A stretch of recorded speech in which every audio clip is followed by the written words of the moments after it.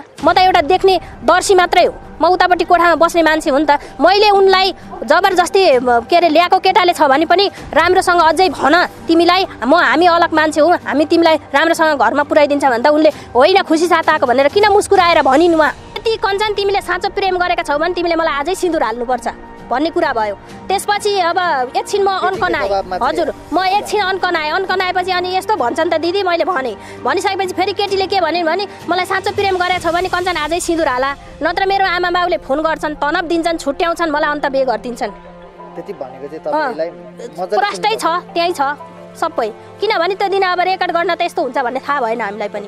र सत्य के हो भन्दा केटीले एकदम झुट बोलेकी छिन्, त्यहाँ गएर झुट नबोला, अर्काको छोराको जिन्दगी बर्बाद हुन लागेको छ, मृत्युसँग कञ्चन लडिरहेका छन्। तिमीले यति माया प्रेम गरेकी थिएनौ भने किन मेसेज लेख्यौ र किन बाहिरिँदैछ तिम्रो कतुतहरू बाहिरिँदैछ र किन त्यसरी अर्काको के छोरालाई लिएर सँगै आयौ र सँगै लगेर यस्तो गरायौ र ठुलो बुवाले किन झुट बोले र किन परिवारले दबाब दिएर झुट बोलाउन लाए, यो हामी आम दर्शकले नै जान्न चाहेका छन्। र अझै पनि मिडियामा उनीले अस्ति बोल्दाखेरि होइन मसँग माया प्रेम छैन, हो माया प्रेम उनी थिएन भने मेसेजमा कुरा गरेर यतिखेर जाउँ यतिखेर भागौँ किन भनिन् उनले। सिन्दुर भरेको श्रीमतीलाई बहिनीको आधारमा हेर्दाखेरि के भयो होला त, त्यहाँ कुन चाहिँ केटा मान्छेको मन मान्ला, केटीले चाहिँ जे गरे पनि हुने, के अरे केटाले चाहिँ न्याय नै नपाउने। साइनिङ नेपाललाई सब्स्क्राइब गरी नजिकै आउने घन्टी दबाउनुहोस्। दिदी स्वागत छ यहाँलाई। हजुर नमस्ते। हजुरको शुभ नाम भनिदिनु न। स्वस्तानिल लामा। स्वस्तानिल लामा है। हजुर। कञ्चन र अनिसा तपाईँ बसेकै घरमा आएर विवाह गरेका थिए हो? हो। अनि मैले भन्न चाहेको चाहिँ आम दर्शकहरू देख्ने हुनेले र मैले मनमा लागेको कुरा भन्न पर्दाखेरिमा उहाँको केटीको ठुलो बाउले भन्नुभएको छ जबरजस्ती लगेर चाहिँ जबरजस्ती गराएर मुस्कुरा भनेर फोटो खिचेको, यताउता मुस्कुरा भनेर चाहिँ यस्तो गरेको भन्ने कुरा त्यहाँ उठाउनु भएको छ। त्यो मुस्कुराएर जबरजस्तीले होइन, उहाँहरूको परिवारले जबरजस्ती गरे होलान्, त्यो अलग कुरो हो। म छु नि त त्यहाँ त, प्रत्यक्षदर्शी म छु, त्यही भएर उहाँको ठुलो बुवालाई के भन्न चाहन्छु भने जबरजस्ती हो हुँदै होइन, तपाईँको छोरीले एकदम गलत बोल्नु भएको छ र ठुलो बुवाले भन्नुभएको छ मेरो छोरी यहाँ आएर चाहिँ हामीले छोरीको कुरा सुन्नुपर्छ, छोरीले जबरजस्ती भनेको छ भन्दाखेरि ल यदि छोरीको कुरा सुन्ने भयो त हाम्रो पनि कुरा सुन्नुहोस् न, हामी देख्ने दर्शीको पनि कुरा सुन्नुहोस् न, किन छोरीको मात्रै कुरा सुन्नुहुन्छ र छोरीलाई मिडियामा ल्याउन किन चाहनुहुन्न? यदि तपाईँको छोरीको गल्ती थिएन भने मिडियामा ल्याउन चाहनुहुन्थ्यो नि त। होइन उहाँ आफैले आफ्नो स्टाइलले उहाँले के भन्नुभएको थियो भनेदेखि के अरे हाम्रो बिहेको भिडियो खिचिदिनु के अरे फोटो खिचिदिनुहोस् न भनेपछि त अब हामीले खिच्दै नै पर्यो होइन, किन जबरजस्ती त हुँदैन नि। उनले खिचिदिनु भनेपछि आफै उनीहरू दुईजना केटा र केटी बेहुला र बेहुलीले आफै दुवैजनाले आफ्नो आफ्नो स्टाइल र आफ्नो आफ्नो तरिकाले फोटो खिचाएको छ त्यहाँ। उहाँले भन्नुभएको छ जबरजस्ती, तपाईहरुले जबरजस्ती गराउन लाउनु भयो होइन कि उनीहरू आफैले? हजुर उहाँको ठुलो बुवाको प्रश्न यही आएको छ कि जबरजस्ती गराएपछि एउटा महिलालाई लगेर कोठाभित्र लगेर जबरजस्ती गरेपछि मै भानी गर्थे भन्ने कुरा भयो। हो यदि जबरजस्ती भएदेखि त फोटो बोल्छ नि त, उनलाई जबरजस्ती थियो भने त उनको अन्डरमा अलिकति केही न केही तनाव भएको र नभएको त मान्छेको अलिकति डिफेन्ड हुन्छ नि त, उनले किन छुटाउन सकेनन्? उनी भन्छन् मेरो छोरीले जस्तो भन्यो हामीले त्यस्तै भन्यौँ भने ठिक छ, उनको छोरी जस्तो भन्यो त्यस्तो भन्यो भने त हामीले पनि देख्ने दर्शीले भनेको कुरा पनि सुन्नुहोस् न, दुईतर्फे कुरा हुन्छ नि त। यहाँ त आएर एकतर्फे मात्रै कुरा भयो क्या। उहाँले भन्नुहुन्छ जबरजस्ती कोठामा लगेर राखेपछि एउटा एक्लो महिलालाई जबरजस्ती लगेर राखेपछि त उनले जबरजस्ती के अरे मुस्कुराउने भयो नि भन्ने कुरा भएको छ। यो जबरजस्ती होइन, उनीहरूको परिवारभित्र लुकाएर राखेको पनि होइन, लुकाएर राखेर जबरजस्ती गरेको पनि होइन।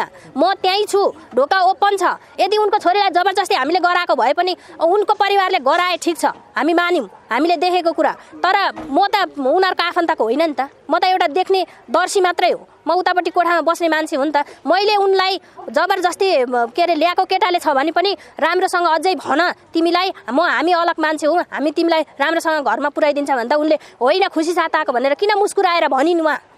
र उनको ठुलो बुवाले जतिखेर नि भन्नुहुन्छ जबरजस्तीमा, तर जबरजस्ती होइन। यदि केटी आउँछिन् र मसँग नजर जुदाएर कुरा गर्छिन् भने पनि म उनीसँग बसेर म उनीसँग राम्रोसँग इन्टरभ्यू दिन पनि सक्छु। र सत्य के हो भन्दा केटीले एकदम झुट बोलेकी छिन्, त्यहाँ गएर झुट नबोला, अर्काको छोराको जिन्दगी बर्बाद हुन लागेको छ, मृत्युसँग कञ्चन लडिरहेका छन्। तिमीले यदि माया प्रेम गरेकी थिएनौ भने किन मेसेज लेख्यौ र किन बाहिरिँदैछ तिम्रो कतुतहरू बाहिरिँदैछ र किन त्यसरी अर्काको के छोरालाई लिएर सँगै आयौ र सँगै लगेर यस्तो गरायौ र ठुलो बुवाले किन झुट बोले र किन परिवारले दबाब दिएर झुट बोलाउन लाए, यो हामी आम दर्शकले नै जान्न चाहेका छन्। उनीले सत्य निकाल्नै पर्छ, भन्छन् सत्यको जित हुन्छ, हार कहिले हुँदैन, सत्यमा रहनुस्, सत्यको जित हुन्छ भन्ने नै छ। झुट नबोल्नु, सत्यमा रहनुस् भनेकै छ। एक दिन त झुट बोलेको त एक दिन त पर्दाफास हुन्छ नै। भोइस मेसेज पनि भइसकेको छ उनले बोलिरहेको कुराहरू। र अझै पनि मिडियामा उनले अस्ति बोल्दाखेरि होइन मसँग माया प्रेम छैन, हो माया प्रेम उनी थिएन भने मेसेजमा कुरा गरेर यतिखेर जाउँ यतिखेर भागौँ किन भनिन् उनले? र अहिले जबरजस्ती ल्याएको भनेर किन भन्दैछन्? उनीहरूको बाबा आमाले किन दबाब दिँदैछन्? यति मेलमिलापमा उनीहरूले बाल विवाह नै गरेका थिए भने पनि ल बाल विवाह भए पनि उनीहरूले मेलमिलापमा यहाँबाट मिलाउँछौँ भनेर बोलाएपछि उनीहरूले के गर्नुपर्छ भन्दा ल ठिक छ तिमीहरूले नगर्नु बिहे गरिहाल्यौ, अब केटी सानै छ, केटी 2-4 वर्ष यता माइतै बसोस्, त्यसपछि तिमीहरूको राम्रोसँग बिहे गराइदिउँला भनेर राम्रोसँग छुटाएर उनीहरूले छुटाइदिएको भएदेखि त बिहे के अरे यस्तो घटना आउन थियो नि त। जब सिउँदामा सिन्दुर भरेको श्रीमतीलाई बहिनीको आधारमा हेर्दाखेरि के भयो होला त? त्यहाँ कुन चाहिँ केटा मान्छेको मन लाग्यो? केटीले चाहिँ जे गरे पनि हुने के अरे हुने, केटाले चाहिँ नगर्दा के अरे केटाले चाहिँ न्याय नै नपाउने, केटीले जे गर्दा नि हुन्छ? केटी त अहिले सरसर गल्ती छ नि, किन त्यो गल्ती हेर्दैन सबैले? उनले जतिखेर भनेका छन् उनीहरूको परिवारले के अरे न्यायमा जाऊ, न्यायसँग लड्छु, खालि यही मात्रै जवाफ आइरहेछ त्यहाँबाट। त्यो त भएन नि, केटीलाई बाहिर निकाल्नै पर्छ र उनलाई सत्य बताउनै पर्छ। उनले त्यो केटीले लुकाएर त्यो बाबुआमाले जतिखेर दबाबमा राखेर लुकाएर मिडियामा बाहिर आउन नदिएर त्यसरी हुँदैन, बाहिर निकाल्नै पर्छ र सत्य उनको मुखबाट बोक्नै पर्छ उनले।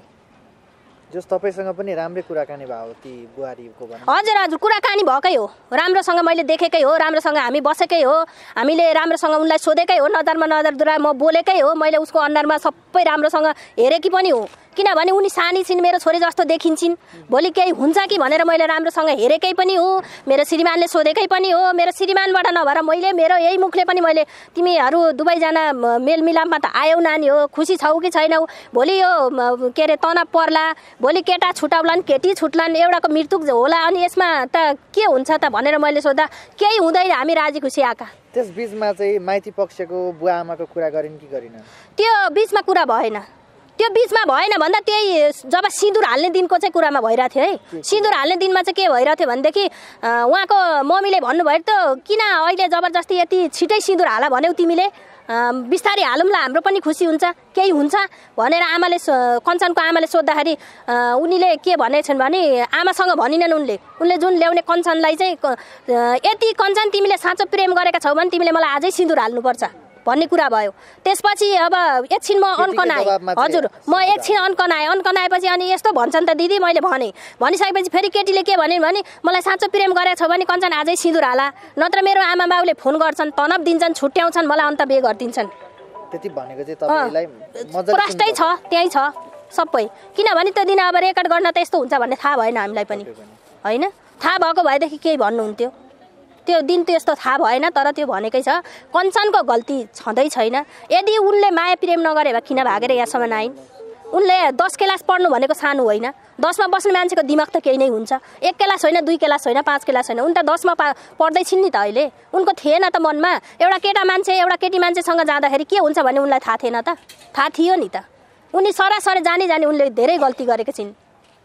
हुन्छ दिदी, तपाईँलाई धन्यवाद, आफूलाई थाहा भएको कुरा बताइदिनु भयो। हस् धन्यवाद। न्याय पाउनुपर्छ पीडित होइन, कञ्चनले न्याय पाउनै पर्छ, यदि कञ्चनले न्याय पाएनन् भने यो काण्ड कहिले पनि नसुकोस् भन्न चाहन्छु म।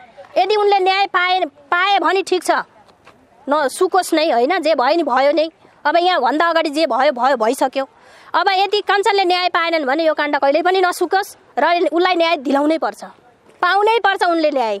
यहाँ भन्दा अगाडि पनि न्याय पाउँदैनस्, पुलिस चौकीमा निवेदन दिन जाँदाखेरि भनेको छ अरे तेरो छोरो बाँच्यो भने पाउने होस्, तैँले अरू पाउँदैनस्, के अरे ऊ बलात्कार केसमा हामी हालिदिन्छौँ भनेछ अरे, त्यस्तो भन्न पाइँदैन नि। बलात्कारी उसले कसरी गर्यो त बलात्कार? उनीहरू माया प्रेमले आए त बलात्कार कहाँ भयो? अब जाँदै तपाईँलाई चाहिँ के लाग्छ, अब केटाकेटी सँगै भएर गरी खाएको राम्रो कि अब होइन? अब नहोस्, यत्रो भइसकेपछि म भन्न चाहन्छु कञ्चनलाई केही नहोस्, भगवानको हातमा छोडिदिएका छौँ हामीले पनि, यही भगवानसँग दिनरात प्रार्थना गरिरहेछौँ उनलाई केही नहोस्, उनलाई होस आओस्, उनलाई राम्रो होस्, तर होस आएर पनि उनी राम्रो भएर पनि त्यो केटीसँग चाहिँ विवाह नहोस्। हुन्छ, धन्यवाद। हस् धन्यवाद।